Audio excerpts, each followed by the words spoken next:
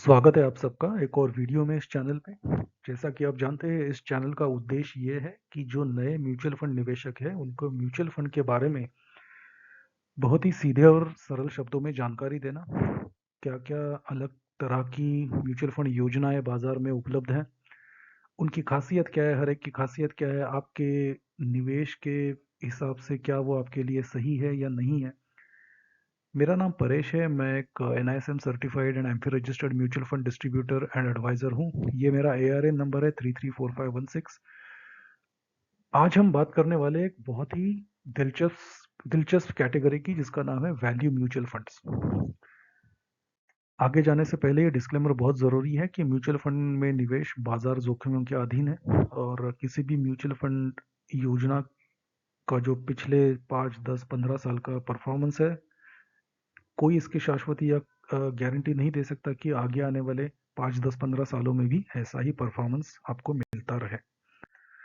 तो कोई भी नया म्यूचुअल फंड निवेशक जब बाजार में आता है तो बड़ी दुविधा में पड़ जाता है, क्योंकि बहुत सारी कैटेगरीज हो गई है। आप ऑलमोस्ट लगभग किसी भी म्यूचुअल फंड की कंपनी की वेबसाइट पे जाएंगे तो आपको एक 50-60 अलग अलग किस्म की वहाँ पे योजनाएं या स्कीम्स दिखेगी। Mid cap, flexi cap, hybrid debt, large cap, ELSS, multi cap, ये सब क्या है। जो नया निवेशक है वो बहुत ही दुविधा में पड़ जाता है कि इसमें इसमें से मेरे लिए कौन सा सही है, कौन सा म्यूचुअल फंड सही है। हम पिछले 8-10 सालों से सुनते आ रहे हैं कि म्यूचुअल फंड सही है, म्यूचुअल फंड सही है, और बिल्कुल सही बात है। जो नए निवेशक है जिनको बाजार के बारे में कुछ ज़्यादा जानकारी नहीं है, उनके लिए म्यूचुअल फंड ही सही है। लेकिन देखिए, हर एक स्कीम हर किसी के लिए सही नहीं होती। आपके निवेश का कालावधि, आपकी रिस्क लेने की क्षमता और आपके निवेश का उद्देश्य, इसके हिसाब से आपके लिए कुछ स्कीमें आपके लिए सही हो सकती है, कुछ स्कीमें या कुछ योजनाएं आपके लिए सही नहीं हो सकती। तो यही काम होता है एक म्यूचुअल फंड एडवाइजर का। जैसे कि मैंने बताया, मैं खुद एक म्यूचुअल फंड एडवाइजर हूँ। इस वीडियो के अंत में मैं आपको अपना कॉन्टैक्ट नंबर दूंगा। अगर आपको म्यूचुअल फंड में निवेश करना है तो आप मुझे उस नंबर पे संपर्क कर सकते हैं। मैं आपकी सहायता करूंगा आपके लिए अच्छी म्यूचुअल फंड स्कीम्स चुनने के लिए। तो आज हम बात कर रहे हैं वैल्यू म्यूचुअल फंड कैटेगरी की। और ये बहुत ही दिलचस्प कैटेगरी है, क्योंकि ये फंड्स है, ये वो है, एक फिलॉसफी है वैल्यू इन्वेस्टिंग की, इसको बोला वैल्यू इन्वेस्टिंग। इस चैनल पे हमने इससे पहले एक मल्टी फैक्टर फंड कैटेगरी के बारे में जानकारी आपको दी गई थी। तो वो जो मल्टीपल फैक्टर्स थे, वहाँ पे 3-4 अलग अलग फैक्टर थे, उसमें से एक फैक्टर या विशेषता जिसको हमने कहा था, उसका नाम था वैल्यू। और उस वीडियो में मैंने आपको बहुत ही कम शब्दों में उसकी जानकारी दी थी। लेकिन इस वीडियो का मकसद ये है कि आपको वैल्यू इन्वेस्टमेंट या वैल्यू इन्वेस्टिंग, ये जो फिलॉसफी है, इसके बारे में थोड़ी और जानकारी देना, सीधे और सरल शब्दों में। तो ये जो फ्रेमवर्क है वैल्यू इन्वेस्टिंग, इसका जो निर्माण हुआ वो हुआ था 1934 में। कोलंबिया बिजनेस स्कूल में दो प्रोफेसर्स थे, Benjamin Graham and David Dodd. इन्होंने ये फ्रेमवर्क जो है इसको बनाया, इसको परखा, इसको जांचा परखा, और फिर इसको उन्होंने अपने लेक्चर्स के द्वारा अपने जो स्टूडेंट्स हैं उनको सिखाना चालू किया। उनके स्टूडेंट्स में से एक स्टूडेंट थे जिनका नाम था वॉरेन बफे। आप जरूर जानते होंगे, आपने वॉरेन बफे का नाम सुना ही होगा। दुनिया के शायद से सबसे कामयाब, शायद से नहीं, जरूर दुनिया के सबसे कामयाब इन्वेस्टर, कामयाब निवेशक ये है वॉरेन बफे। तो सिर्फ वॉरेन बफे ही नहीं, देखिए, जो निवेश का जो या निवेश की जो इंडस्ट्री है, सिर्फ भारत की बात नहीं कर रहा हूँ, पूरी दुनिया में जितने भी कामयाब निवेशक रह चुके हैं, जितने भी ऑल टाइम ग्रेट निवेशक रह चुके हैं, उनमें से ज्यादातर निवेशक जो है वो वैल्यू इन्वेस्टमेंट को ही फॉलो करते हैं। तो वॉरेन बफे मैंने आपको नाम बताया। दूसरे हैं चार्ली मंगर, इनका हाल ही में देहांत हुआ। पीटर लिंच, इनके ऊपर हमने एक वीडियो बनाया था इस चैनल पे। अगर आपने वो वीडियो देखा नहीं है तो पीटर लिंच के ऊपर जो हमने वीडियो किया है वो आप जरूर देखिए। उन्होंने सलाह दी है, जो नए निवेशक है, जो म्यूचुअल फंड निवेशक है, उनके लिए उन्होंने सलाह दी है कि उनको किस तरह के म्यूचुअल फंड का चुनाव करना चाहिए।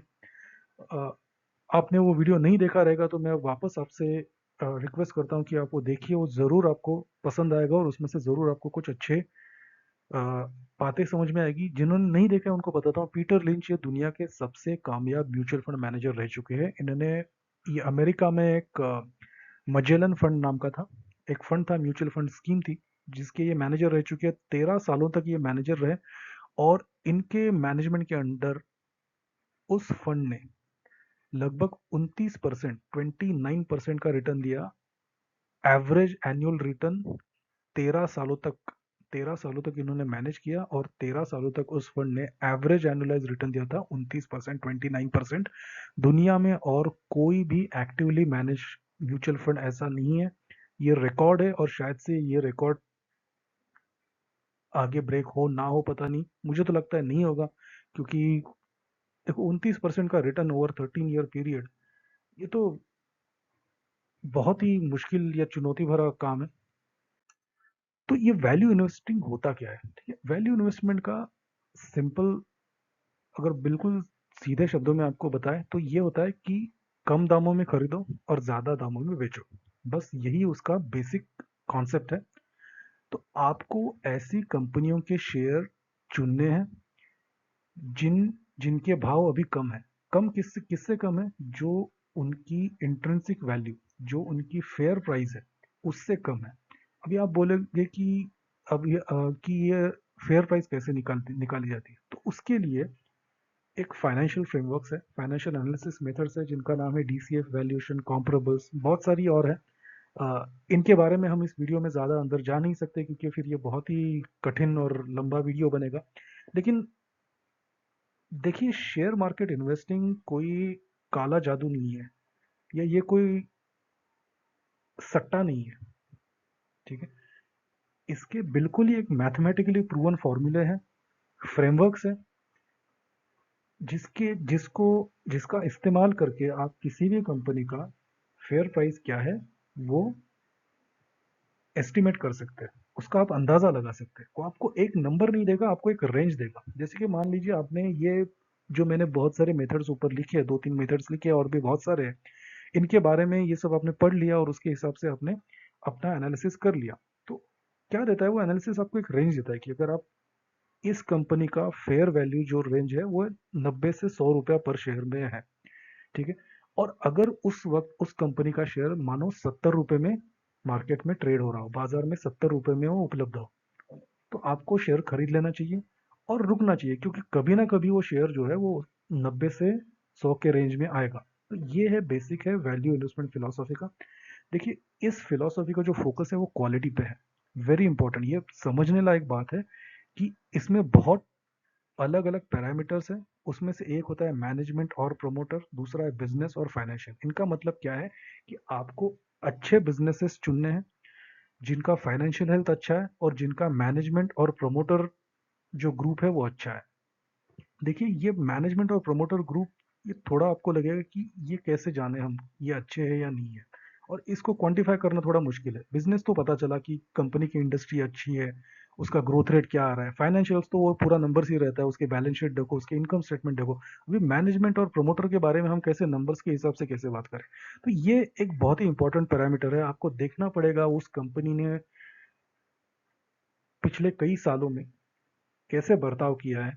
जैसे माइनॉरिटी शेयर होल्डर्स बोलते हैं, ये एक बहुत ही बड़ा इंपॉर्टेंट पैरामीटर है कि किसी भी कंपनी का मैनेजमेंट या प्रमोटर अपने माइनॉरिटी शेयर होल्डर्स को कैसे ट्रीट करता है। माइनॉरिटी शेयर होल्डर्स मतलब क्या, कि जिनका कंपनी में कुछ छोटा सा ही हिस्सा रहता है, जैसे आपके जैसे और मेरे जैसे इन्वेस्टर्स, या फिर कोई कुछ म्यूचुअल फंड जिनका सिर्फ 2 या 3% ही हिस्सा हो।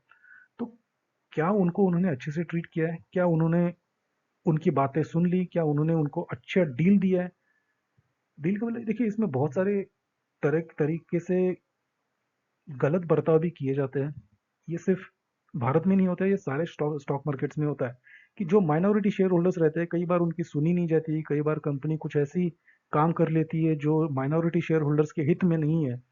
तो ये फैक्टर बहुत इंपॉर्टेंट माना जाता है वैल्यू इन्वेस्टमेंट में, कि ऐसे मैनेजमेंट या ऐसे प्रोमोटर्स जो अपने माइनॉरिटी शेयर होल्डर्स को अच्छे ट्रीट नहीं करते, या फिर उनका गलत फायदा उठाते हैं, या उन्होंने जो विश्वास दिखा है उसका गलत फायदा उठाते हैं, ऐसी कंपनियों को अपने पोर्टफोलियो में रखना ही नहीं है। उनका बिजनेस कितना भी अच्छा हो, इतनी उनकी फाइनेंशियल स्ट्रेंथ कितनी भी अच्छी हो, अगर प्रमोटर का अगर प्रमोटर्स की या मैनेजमेंट की नीयत अच्छी नहीं है तो ऐसे बिजनेसेस को रखना नहीं है। दूसरा एक इंपॉर्टेंट पॉइंट है कि ये लॉन्ग ओनली इन्वेस्टमेंट स्टाइल, मतलब ये लॉन्ग टर्म इन्वेस्टमेंट स्टाइल है। आपका निवेश का अवधि जो है वो आपको बहुत लंबा रखना पड़ता है, 7 से 10 साल का। अगर आप फटाफट रिटर्न चाहते हो कि 2 साल में मेरा शेयर बढ़ना चाहिए, 3 साल में दुगना होना चाहिए, तो ये इन्वेस्टमेंट स्टाइल आपके लिए नहीं है। और इसके ऊपर बहुत रिसर्च हो चुकी है, अमेरिका में बहुत रिसर्च हो चुकी है, और सारे रिसर्च ने यही मान लिया है कि ये जो वैल्यू इन्वेस्टमेंट है या वैल्यू स्टॉक्स है, वो बाकी सारे फैक्टर्स को over long term out perform कर देते हैं, और इवन मार्केट को भी। ठीक है, तो देखिए इसका सारांश ये है, जो मैंने ये जो ऑरेंज कलर का बॉक्स है, कि तो कुछ छोटे अवधि में, ठीक है, अगले 3 महीने या 6 महीने में आपको लग रहा हो कि स्टॉक मार्केट शायद से सट्टा है, या कसीनो जिसको बोला जाता है, कि आपने बहुत बार सुना होगा, हर एक शेयर नो हर दिन अपर सर्किट हिट कर रहा है, हॉट टिप्स आपको आते रहेंगे, ये शेयर प्राइस में इन्वेस्ट करो, दुगना होगा, चौगुना होगा, 5x हो जाएगा अगले 2 महीने में। तो ठीक है, ये स्टॉक्स चलते रहते हैं, लेकिन इन ये ऐसे जो स्टॉक्स रहते हैं उनमें कोई क्वालिटी रहती नहीं है। ठीक है, तो शायद से 1-2 महीने में बढ़ भी जाए, लेकिन उसके बाद वो क्रैश हो ही जाते हैं। लेकिन वैल्यू इन्वेस्टमेंट फिलोसफी क्या कहती है कि इन द लॉन्ग रन, कोई भी मार्केट हो, वो अमेरिकन मार्केट हो या इंडियन मार्केट हो या और कोई छोटा सा मार्केट हो, जो लंबे रेस के घोड़े होते हैं हमेशा वही जीतते हैं। इसका ये मतलब है कि ऐसी कंपनी जिनके बिजनेस मॉडल्स अच्छे हैं, जिनके फाइनेंशियल्स अच्छे हैं, और जिनके मैनेजमेंट और प्रोमोटर ग्रुप अच्छे हैं, उनकी नीयत अच्छी है, ऐसी कंपनियां आज नहीं तो कल, उनके शेयर्स आज नहीं तो कल अच्छा ही परफॉर्म करने वाले हैं। शॉर्ट टर्म में शायद से वो उनका परफॉर्मेंस अच्छा ना हो, लेकिन अगर आप ऐसी कंपनियां अपने पोर्टफोलियो में चुनते हैं, ऐसी कंपनियों में निवेश करते हैं, तो आज नहीं तो कल वो आपको अच्छा रिटर्न देने ही वाले हैं। तो ये है इसका सारांश। देखिए, ये किताब लिखी है उन्होंने बेंजामिन ग्राहम है, जो प्रोफेसर थे कोलंबिया बिजनेस स्कूल, जिनकी मैंने बात की। ये बहुत ही अच्छी किताब है, और इस किताब को वैल्यू इन्वेस्टिंग का बाइबल माना जाता है। ये एग्जैजरेशन नहीं है। देखिए, जितने भी बड़े बड़े इन्वेस्टर हमने बात की इससे पहले, जो मैंने नाम बताया, या और भी बहुत सारे जो कामयाब निवेशक रह चुके हैं, इन्होंने ये किताब पढ़ी है। और बाकी जो भी और भी बहुत सारे इन्वेस्टमेंट फ्रेमवर्क्स आए हैं, वो कहीं ना कहीं वैल्यू इन्वेस्टमेंट से ही जुड़े हुए हैं। तो ये एक तरह से मानिए कि निवेश की शुरुआत, या एक अच्छे निवेश की शुरुआत इस बुक से। और ये जो बेंजामिन ग्राहम साहब हैं, जो अपने साथ नहीं है अभी, ऑब्वियसली 1934 में वो प्रोफेसर थे, तो ये इन्होंने ये फ्रेमवर्क बनाया है, और आज भी ये फ्रेमवर्क उतना ही जायज़ है, उतना ही वैलिड है। और इनके बुक में जो प्रस्तावना लिखी थी वॉरेन बफे, जिनको तो सब जानते हैं, तो इन्होंने, देखिए थोड़ा ये स्लाइड यहाँ पे पॉज कर लीजिए, और ये वॉरेन बफे साहब के शब्द पढ़ लीजिए। ये उनके शब्द हैं, ये मेरे शब्द नहीं है। तो ये इतना महत्वपूर्ण बुक है, ये बहुत महत्वपूर्ण किताब है। अगर आपके पास वक्त है तो मैं आपसे दरख्वास्त करूंगा कि आप ये किताब पढ़ लें। अगर आपको अंग्रेजी नहीं आती तो इसका हिंदी भाषांतर भी मार्केट में अवेलेबल है, अमेजोन पे जाइए या फ्लिपकार्ट पे जाइए, आपको मिल जाएगा।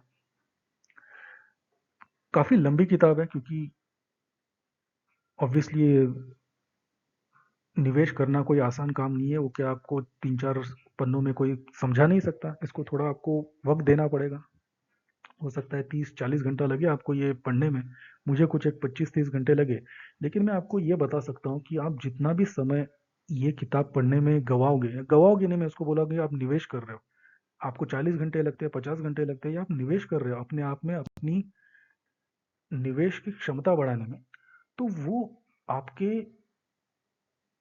इन्वेस्टमेंट के जर्नी, या जो आपको जो निवेश का जो सफर है, उसके सबसे अच्छे 30 या 40 घंटे रहेंगे, जितना भी समय आपको लगता है। तो वैल्यू फंड में इन्वेस्ट क्यों करना चाहिए, इसमें निवेश क्यों करना चाहिए? तो पहला पॉइंट ये है कि ये प्रूवन इन्वेस्टमेंट फिलॉसफी है। ये डेटा इसको प्रूव किया है, ऑब्वियसली ये डेटा फ्रॉम यूएस मार्केट्स है, कि 80 से ज़्यादा साल का इनके पास वेरीफाइबल डेटा है कि जो वैल्यू स्टॉक्स है, या जो निवेशक वैल्यू इन्वेस्टमेंट फॉलो करते हैं उन्होंने मार्केट को और बाकी सारे इन्वेस्टमेंट फ्रेमवर्क को आउट परफॉर्म किया है। दूसरी बात यह है कि इस फिलॉसफी की वजह से आपको एक डाइवर्सिफाइड पोर्टफोलियो मिल जाता है। देखिए, जो अंडर वैल्यूड कंपनी है वो कहीं पर भी हो सकती है, वो किसी भी इंडस्ट्री में हो सकती है, वो किसी भी मार्केट कैप सेगमेंट में हो सकती है। आप आपका मतलब है आपको अंडर वैल्यूड कंपनी पता करनी है और उसके शेयर्स खरीदने हैं। अगला पॉइंट ये है कि ट्विन बेनिफिट, आपको दो फायदे मिलते हैं इससे कि जब आप वैल्यू इन्वेस्टमेंट यूज करते हो। एक तो आपकी अर्निंग्स ग्रोथ, उसकी वजह से आपको डिविडेंड आएगा। आप ऐसी कंपनी ढूंढ रहे हो और उसमें निवेश कर रहे हो जिसकी फेयर वैल्यू जो है वो उसके करंट प्राइस से ज़्यादा है, तो मतलब वो कंपनी अच्छी है, वो कंपनी बढ़ेगी, बढ़ती ही रहेगी, आपको डिविडेंड इनकम मिलता रहेगा और उसके साथ साथ उसके शेयर प्राइस भी बढ़ जाएंगे। और जैसे ही वो शेयर प्राइस बढ़ जाएंगे, जैसे बहुत सारे लोगों का उस कंपनी के लोगों को उस कंपनी के बारे में पता चलेगा, तो बहुत सारे इन्वेस्टर उसमें इन्वेस्ट करना चालू करेंगे, तो आपका वैल्यूएशन भी मल्टीप्लाई हो जाएगा। वैल्यूएशन मल्टीपल करके एक चीज़ होती है जैसे प्राइस अर्निंग्स हो गया, प्राइस बाय बुक हो गया, वो भी थोड़ा कॉम्प्लिकेटेड टॉपिक है और वो विषय यहाँ पे कवर नहीं हो सकता। तो अगर आपने ऐसे कंपनी में निवेश किया तो आज नहीं तो कल उस कंपनी का नाम तो बढ़ने ही वाला है, तो बहुत सारे लोग बाद में आ जाएंगे, तो आपको कम कीमतों में वो शेयर मिल रहा है और जैसे ही उसकी कीमत बढ़ती जाएगी बहुत सारे लोगों को कंपनी के बारे में पता चलेगा, काफी सारे लोग उसमें निवेश करेंगे तो उसकी प्राइस बढ़ती जाएगी। फाइनल पॉइंट ये है कि डिसिप्लिन अप्रोच है, मतलब ये अनुशासन है। देखिए, वैल्यू इन्वेस्टमेंट ये एक अनुशासन है, इसको डिसिप्लिन है। आपको हर एक फंड जो वैल्यू इन्वेस्टमेंट फॉलो करता है उनका एक क्लियरली डिफाइंड फ्रेमवर्क रहता है और क्वांटिफाइड रहता है कि हम जो पी रेशियो है इसी रेंज, जिसका पी रेशियो है वही स्टॉक को सिलेक्ट करेंगे। पी बी रेशियो जैसे प्राइस बाय बुक रेशियो है उसी रेंज में रहेगा तो ही हम सिलेक्ट करेंगे, तो ये क्वांटिफाइबल है।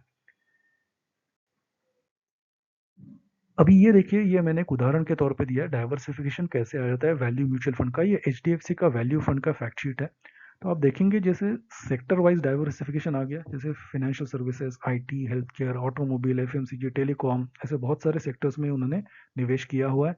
और राइट हैंड साइड में देखेंगे तो मार्केट कैप का भी उसका डाइवर्सिफिकेशन हो गया। लार्ज कैप में उन्होंने 68% निवेश किया है, मिड कैप में 14% दिया है, स्मॉल कैप में 17% दिया है, निवेश किया है। तो ये फिलॉसफी के वजह से डाइवर्सिफिकेशन इसमें आ ही जाता है, क्योंकि आपको ऐसी कंपनियां चाहिए जिनके शेयर प्राइस उनके फेयर वैल्यू से कम है। ऐसी कंपनियां किसी भी सेक्टर में हो सकती है, किसी भी मार्केट कैप सेगमेंट में हो सकती है। अभी देखते हैं वैल्यू कैटेगरी ने रिटर्न्स कैसे दी है, राइट। तो ये जो कुछ चुनिंदा इक्विटी म्यूचुअल फंड की कैटेगरीज है, तो इसमें देखिए इक्विटी वैल्यू ओरिएंटेड जो कैटेगरी है उसने आप 10 साल का रिटर्न देखिए, क्योंकि ऑलवेज ये लॉन्ग टर्म ही है। आप इसमें 1 साल, 2 साल, 3 साल के लिए निवेश नहीं कर सकते। ठीक है, हालांकि आ गए अच्छे रिटर्न, 3 साल में 18% का रिटर्न आया, 18-19% का, जो कि अच्छा है। लेकिन आपको इसमें कम से कम 7 से 10 साल का निवेश का कालावधि रखना पड़ेगा।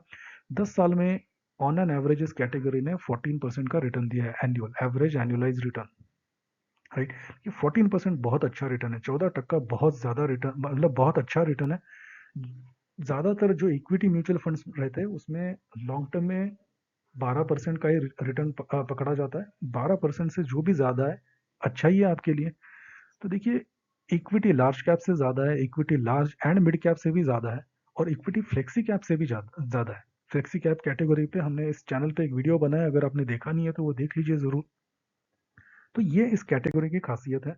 और ये कुछ चुनिंदा वैल्यू म्यूचुअल फंड्स है, अ, और भी बहुत सारे हैं, हर एक म्यूचुअल फंड कंपनी का शायद से अपना अपना वैल्यू फंड होगा।